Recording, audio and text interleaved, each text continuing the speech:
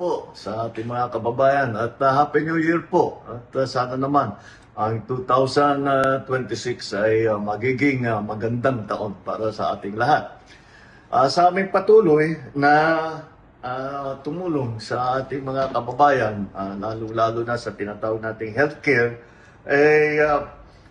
inutusan ko po ang PhilHealth na magpatupad ng general amnesty para sa mga negosyante, private employer, mga self-employed na ating mga kababayan na hindi nabayarang kontribusyon sa PhilHealth. Alam naman namin na yung 3% na binabayad para sa PhilHealth medyo na buwan-buwan ay ramdam na ramdam ng ating mga kababayan. Kaya gagawa po tayo at pinutusan ko po ang PhilHealth. Gagawa tayo ditong taon na ito, 2026, ang tinatawag naming one-time waiver para sa interest ngayong taon 2026. Bibigyan natin mga employer na isang taon para mabayaran na lahat ng na-miss contributions mula 2013 hanggang 2024.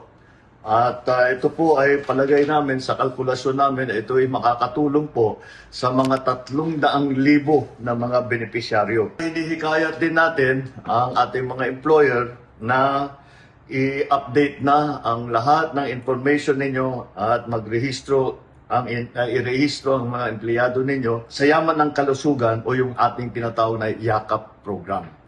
Kaya po, ito po ay patuloy namin ginagawa upang pag-aangin ang dala ng ating mga kababayan tungkol nga sa mga healthcare cost at sa lahat ng iba't ibang hamon na hinaharap ng ating mga kababayan araw-araw. Happy New Year po!